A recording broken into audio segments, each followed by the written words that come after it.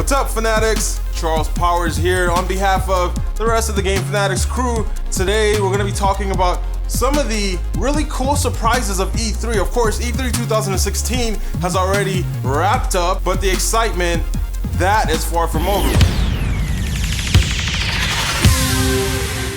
But before we get into all of that E3 goodness, I gotta say shout out to LeBron James, the Cleveland Cavaliers winning the NBA championship, beating Golden State. That was awesome. I'm a huge LeBron James fan, not just because people say I look like him, even though I don't think that I look like him, but that is besides the point. Congratulations to the NBA Finals champions, the Cleveland Cavaliers. Let's go ahead and talk about video games. E3 2016 wrapped up, and at the Game Fanatics, there were a lot of surprising moments, some that we had already been anticipating, some that we hadn't. So in this video, we're gonna be going over what we collectively thought were the top 5 surprising moments of E3 2016. Monday, March 15th, 2032.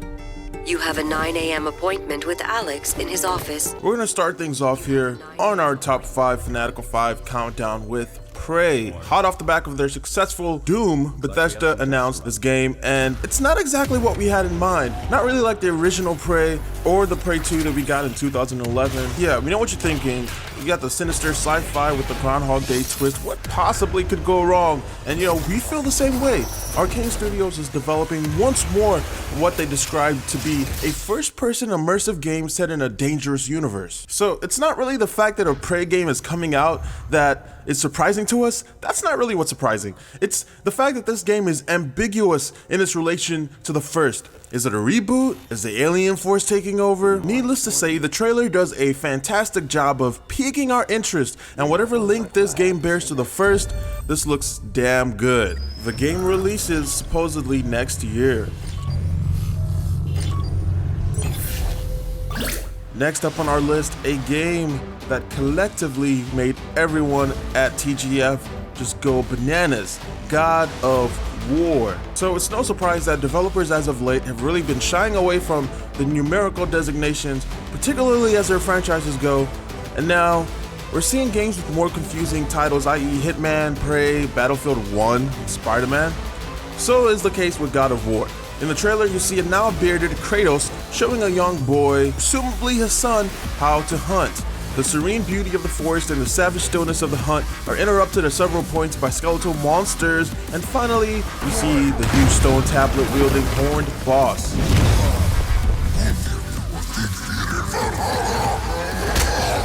So I guess it's safe to say that as God of War, Kratos is immortal and so lives on through to Norse mythology. If so, wonder what Odin thinks about that. Anyway, this game was leaked before E3, and so yes, the surprise factor was a bit lessened. We all knew this was going to be announced sooner or later, and we can hardly say we would ever be surprised by a new God of War game coming out. They're just so damn good. Even so, this game looks interesting, and the idea of Kratos raising a child lends him a layer of complexity. The interactions between the two in the trailer give the game and its absurdly masculine protagonist a deft human touch.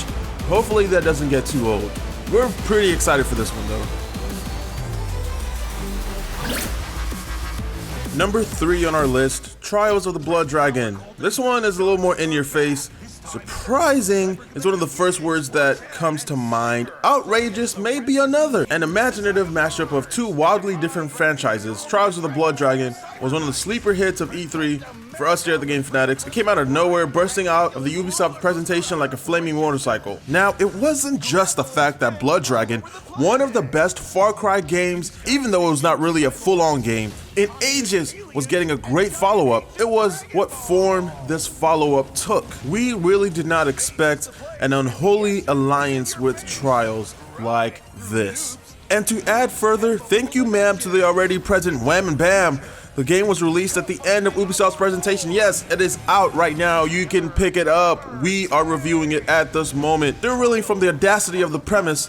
We were left instantly with the option to buy it, which we did. This sort of thing needs to happen more often. Next up, Resident Evil 7.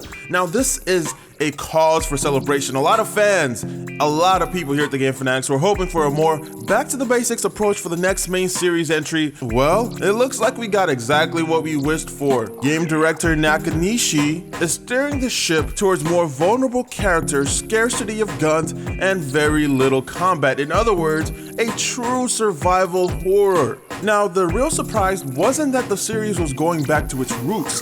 The real surprise was that it's shaking up its gameplay formula once again, as it did with the great success of Resident Evil 4. And to add even further delight to the surprise of the presentation, the demo was actually made available immediately to PlayStation Plus subscribers.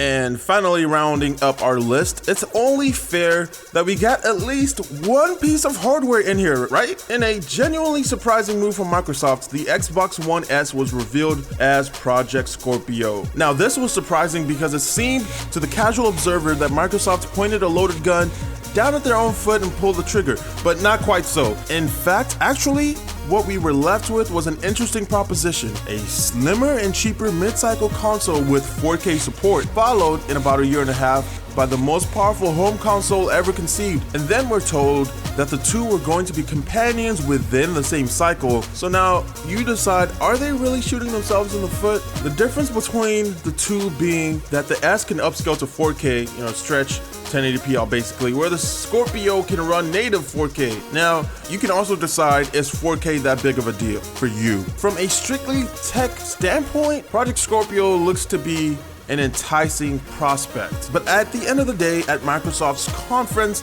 they announced two consoles, which, let's be real about it, has not really ever been done. And that was the surprise factor for us. Now, I know what you're thinking. You could be like, oh, how did a pregnant Omaritas not surprise us? Well, Hideo Kojima, that's why. So there's our list of some of the most surprising moments of E3 2016 for us here at the Game Fanatics. And how did we do? We're really curious to see what you guys thought. Did you align with some of the things that we thought of? Of course, going into E3, there were some things that we already knew about, but that still didn't stop us from being kind of surprised, especially when we start talking about games like God of War, which we knew was going to be announced, but not with that grandiose splendor. That wraps it up for this video. Thank you guys for watching. I am Charles Powers. You can follow me on Twitter at Fanatical G. You can also follow the Game Fanatics at The Game Fanatics on Twitter, Instagram, everything. And please be sure to check out thegamefanatics.com for all your video game and geek culture news. Until next time.